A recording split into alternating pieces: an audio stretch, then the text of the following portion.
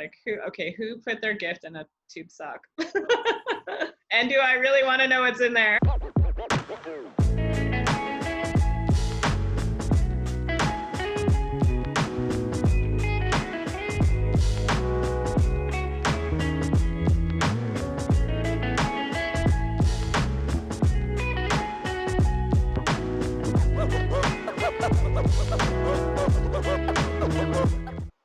Hey everyone, welcome back to Do What You Can for the People, the show that nobody asked for. I'm your host, Nicole Pomani, and today I'm here with Sara Smith.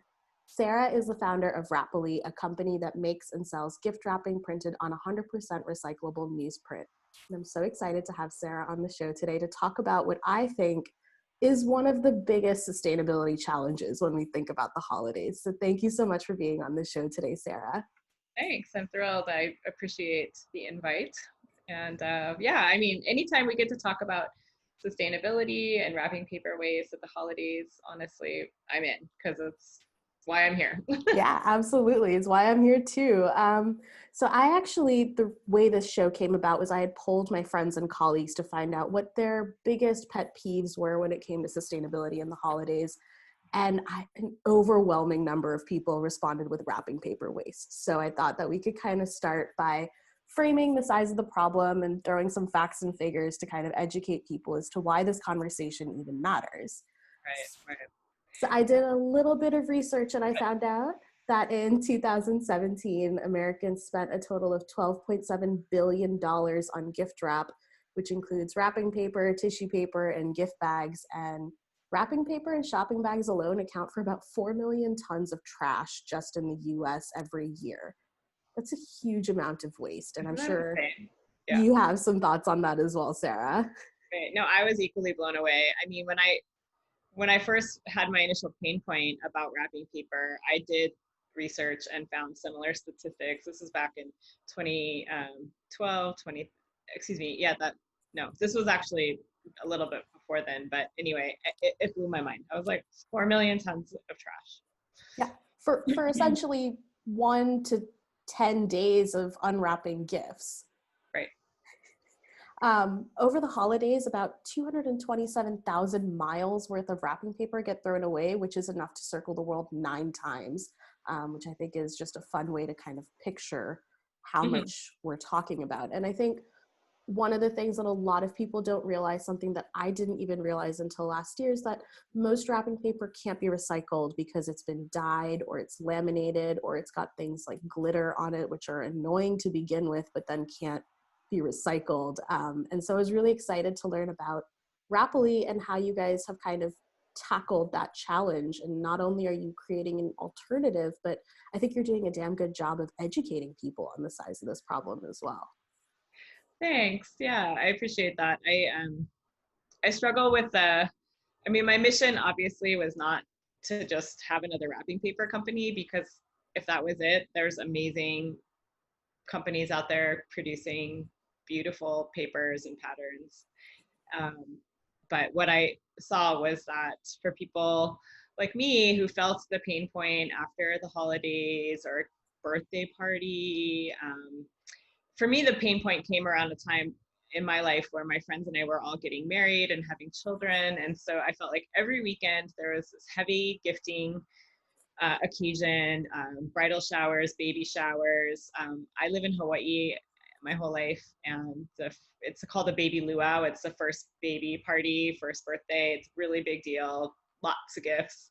And so I just was like, found myself at the end of all these big occasions, like smoothing out all the wrapping paper and tissue paper, like ribbons, trying to like sell it to people like, hey, will you use this again? And, and I think people would like start to avoid me after the party, because like, she's going to make me go home with this pile of, trash essentially. And so then I would save it, and like literally had baskets and baskets full in the house. And my husband, after years was like, listen, like we will never reuse all of this paper. And so then I'm like calling recycling centers. Can I bring it to you? What will you take? And of course, live on islands. And so our recycling is probably much more limited than, say, if you're in a metropolitan area with that's highly sophisticated and committed to industrial composting and has more resources. I mean, every municipality is different, but I literally called, I live on Maui, I called every island, every recycling center to find if they would take it, and nobody would. And I just, it was like such a pain for me, and it became such a burden because I just couldn't bring myself to throw it out, but then it's also like stacking up literally in my house. And so that's when I sort of had this aha moment. If it was just printed on like the local newspaper press, and then it would be as easy to recycle as newspapers, which you can recycle everywhere. And that was, once I had that vision, I just couldn't like not make it happen. I had to make it happen. I love the use of recycled newsprint because I think that's so innovative. And I was wondering if you could tell us a little bit kind of like how you came to deciding on that and maybe some of the challenges that you encountered in selecting it as a material. Sure. So, you know, newsprint. To back up, I was raised in the printing industry, and I realized that's kind of unique. My grandfather and his brothers immigrated from Italy and bought a printing press outside of New York City in New Jersey. My father, of all his brothers, was the only one that went to work for the family business. He eventually stepped out on his own and worked in many facets of the printing industry while I was being raised.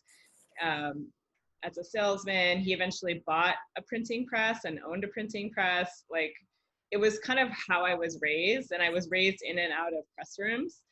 On the other side of my family, my uncle and aunt both worked at the Maui News here in Maui, and my whole life I was in the press room, in the dark room, in the newspaper.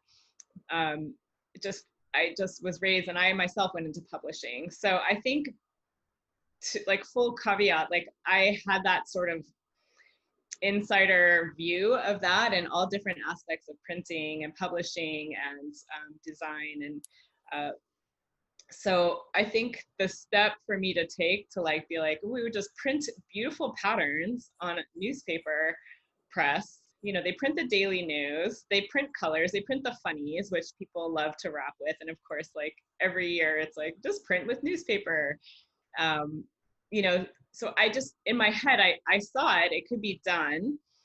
And to me, it's like newsprint is, like I said, so easy to recycle. Newspapers are recycled everywhere. It's not a recycling stream, say, like what we saw a year or two ago when China stopped taking the plastics. You know, it's not shipped overseas. For the most part, newspapers are recycled here in the US. I know in the Pacific Northwest and Great Lakes area, there's robust recycling streams. So then it becomes more of like this circular economy model where you can, you know, recycle the paper and then use it to make more paper. And I just love that. The industry itself is really great. It's very committed to sustainable forestry. They have, so in Hawaii, we have a word called kuleana. It means like your responsibility. It's like what you own in your heart is your responsibility to do the right thing. And I feel like the newspaper industry is really great at regulating themselves with from like tree to the recycling. They, you know, they really invest in their ecosystems. Maybe not everywhere, but specifically who I work with, they want to better their environments. Gone are the days where they're like polluting the waterways. I think that they were called out on that, you know, decades ago, and really have cleaned up their act. And so newspaper, or newsprint, I should say, newsprint is the term for like the blank paper. Newsprint is a mix of recycled newspapers, basically recycled content, and virgin content. And the virgin content largely comes from lumber mills. So it's sawdust, it's a post-industrial waste.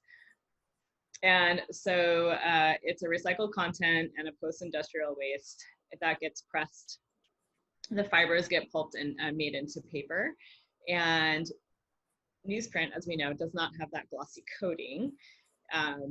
newspapers. They don't put foils and tinsels and glitters and all that, you know, laminations to make it have like a sheen or what have you. So the pulp, the paper fiber can literally be pulped down and it stays nice and intact. It doesn't have to be beaten to death to wash off glossy coatings or, you know, plasticine additives or that sort of thing.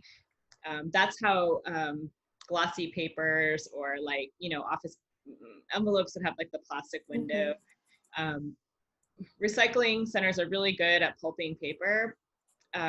They wash out those plastic bits and the gums and what have you, and they try to get what's usable again, which is the fiber.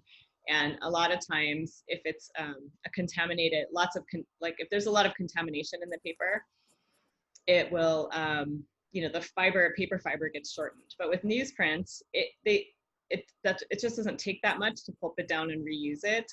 So they say a piece of newsprint can be recycled up to 7 times because that paper fiber is still intact and long enough to use. Now, eventually it will go like downstream. So maybe it's going to be made into like egg cartoning or egg carton shipping materials, what have you, envelope fillers. But again, like we're still going to get many uses out of it.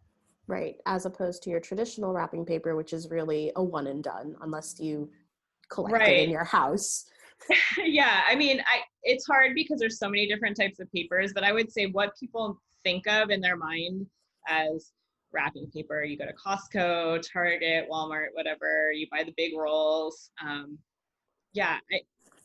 I mean, I can't even, like, it's basically, when you think about it, it's just kind of makes you sick to your stomach, but it's like, they're all printed overseas in China. They're shipped to the US, like redistributed all over, zigzagging across America, ripped up, you know, thrown away. And I'm just like, oh, that's just a bad system.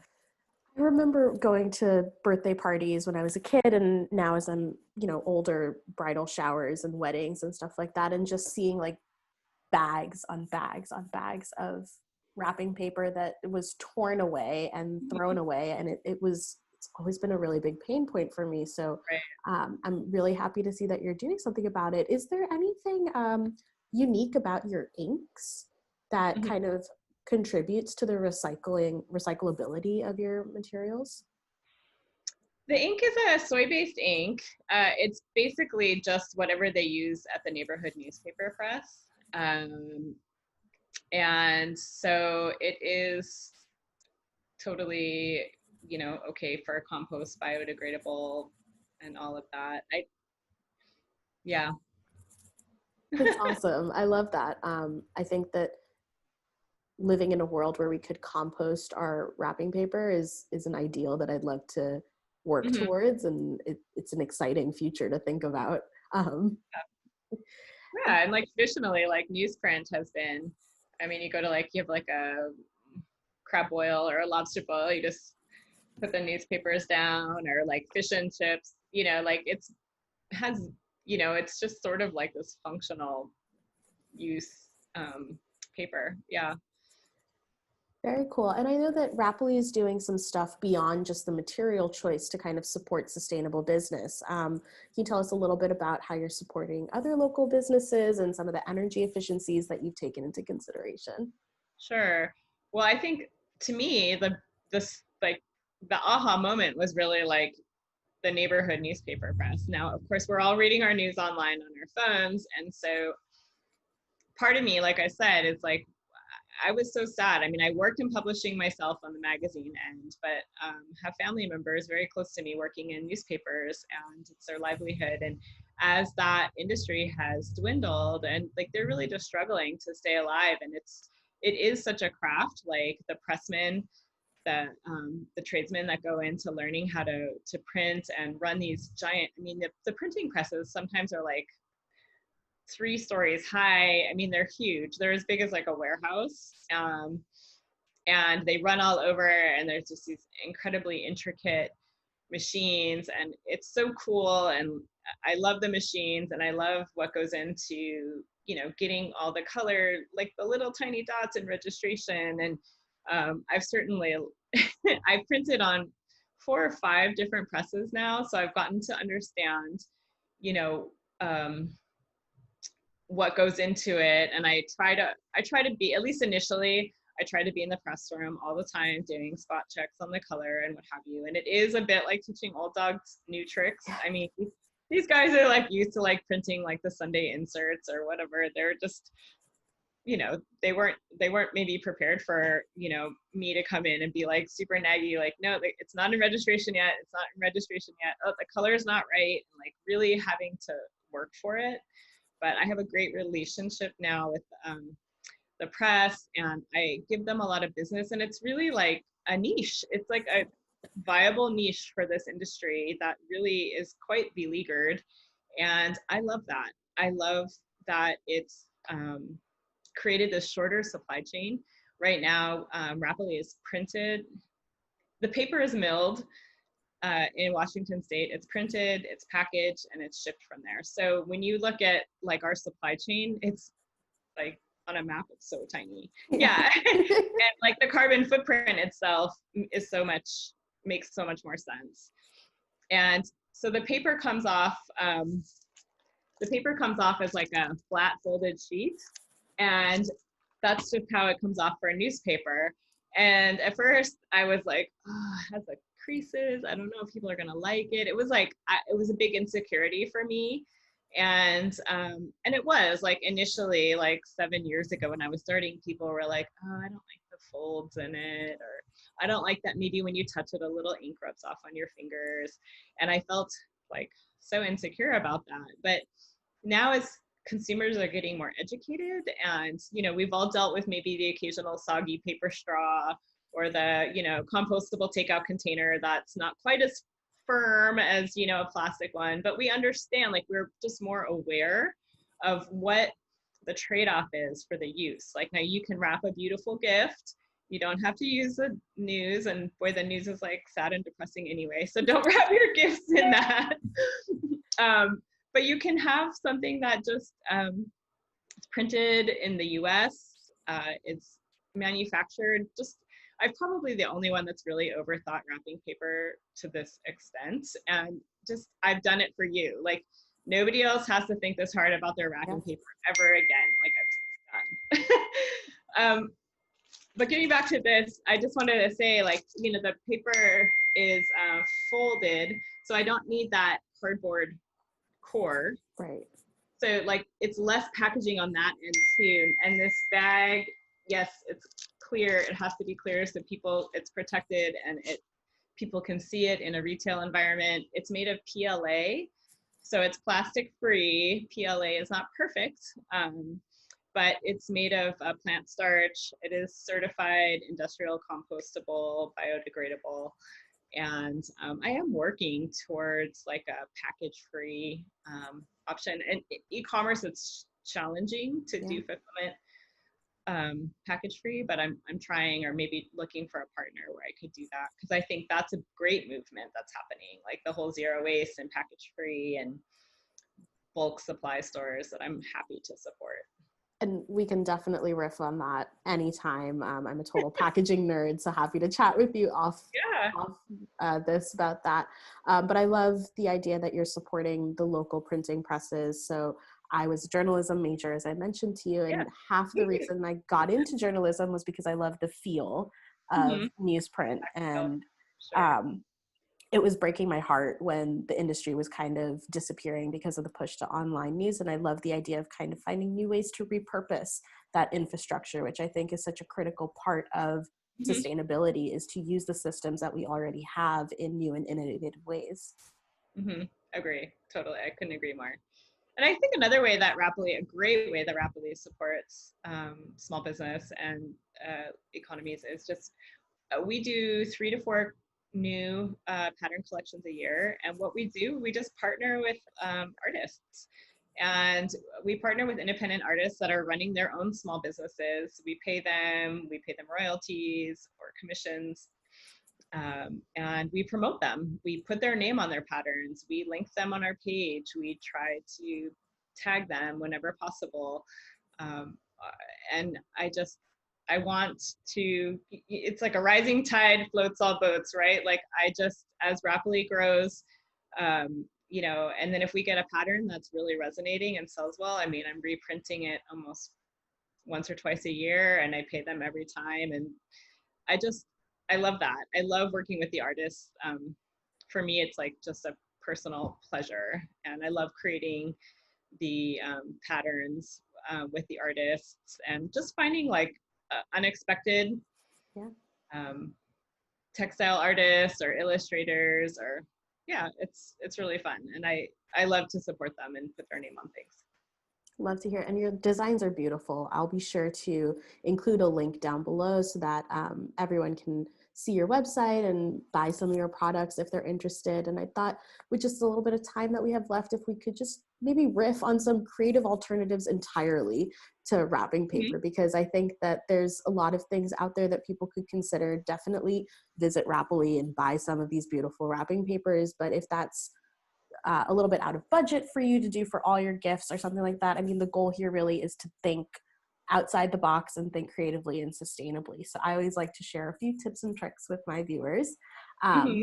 And so one idea that was given to me previously on an episode was to have an anything but wrapping paper challenge. I don't know if you've heard of this, but people get really creative, and you know, you could put gifts inside of a tube stock or use junk mail to wrap gifts, or just anything but wrapping paper. And I thought that was such a fun idea to kind of build a new holiday tradition and also introduce sustainability to your extended family members. I think that sounds really fun. I mean, it would be hysterical just to see what people would come up with too. That'd be fun, like a white elephant too, where it's like a mystery, like who put their gift in a tube sock? And do I really want to know what's in there? Right? It's probably a bottle of wine, but hopefully. Another thing that I think a lot of us do is collect gift bags. I don't know about you, but I have a bag of bags in my closet. And I think they've been just circulating around my family and friend group just for the better part of a decade. I'm not even sure who originally bought a particular bag and if I've regifted it and been regifted it again. But I think that's something that a lot of people already do. Another idea is to make your own wrapping paper, which is something that I did last year out of butcher paper. So butcher paper is that brown paper that you can get at any craft store or like a Target even, I'm sure. And the reason you want to use a butcher paper is because it's generally unwaxed, and so it's fully recyclable. And I just went at it with a bunch of markers and decorated it up and used that as my wrapping paper. Yeah. So actually, like prototype Wrappily, I mean, it was when I was really young, maybe in college or something. Like I said, my aunt and uncle worked at the newspaper press, so I used to ask them for the end rolls, and and I think all newspapers have them, some sell, some give them away, so you can ask, but I would get the end rolls, so they're, you know, it's just like a giant roll of newsprint that's been unprinted, and I would do like potato stamps, and that was honestly like my first you know, like homemade wrapping paper that I made, I guess precursor to what would come. Yeah, I love that. And then I think the last idea that I had was this Japanese tradition of using cloths to wrap gifts for shiki. Yeah, are you familiar with it? Yeah, love it. So it's, for those who don't know, it's using cloths to wrap gifts, and you could use like a silk scarf or a blanket or a dish towel or like even a pillowcase. And I love that idea because then it becomes part of the gift and almost like a secondary gift that you're giving. And it's just so cool to think about wrapping gifts outside of what maybe we've traditionally grown up with in a very different way. And I love that. Yeah, Photoshiki is great, and you can go down the rabbit hole on YouTube looking for ways to, you know, do wine bottles and all sorts of stuff. It's such an art form, and it's something, it could be incredibly simple, where it's literally just a tie, or you can do folds and ties, and I mean, it's, of course, I mean, the Japanese have the wrapping in general on lock. I mean, Photoshiki came from a very practical beginnings. Like people didn't have bags back in the day, I guess, and they would literally go to the grocery store and just creatively wrap the, the items that they had in a giant piece of cloth and like sling it over their shoulder and like carry it home. And so it's like they could wrap anything. It's very much part of their culture. Yes. I think also with like bento boxes and their lunches and stuff like that. Exactly. Yes. Love all the creativity that's out there. And I especially appreciate how much thought you've put into Wrappily. Like you mentioned, you've really thought of every level for everyone and taken a lot of the guesswork out of it. And so thank you so much for being on the show today and riffing with me about packaging and wrapping paper and all those good things. Like I said, I'll be including details and links in the description box below for people to find you on the web and get in touch. And any closing thoughts or words for the people, Sara? But just thank you. And I am so thrilled that people are interested in just having a smaller footprint or, greater sustainability goals for the holidays, especially because it's supposed to be a feel-good season, but it doesn't feel good when you're creating a lot of rubbish. So I love beautiful gifts. I love the seasons, and I just think if we can move forward with a little bit more sustainability in mind, it's a win-win all around. Absolutely. Thank you again for being on the show, and to everyone else, I'll see you next week. Bye.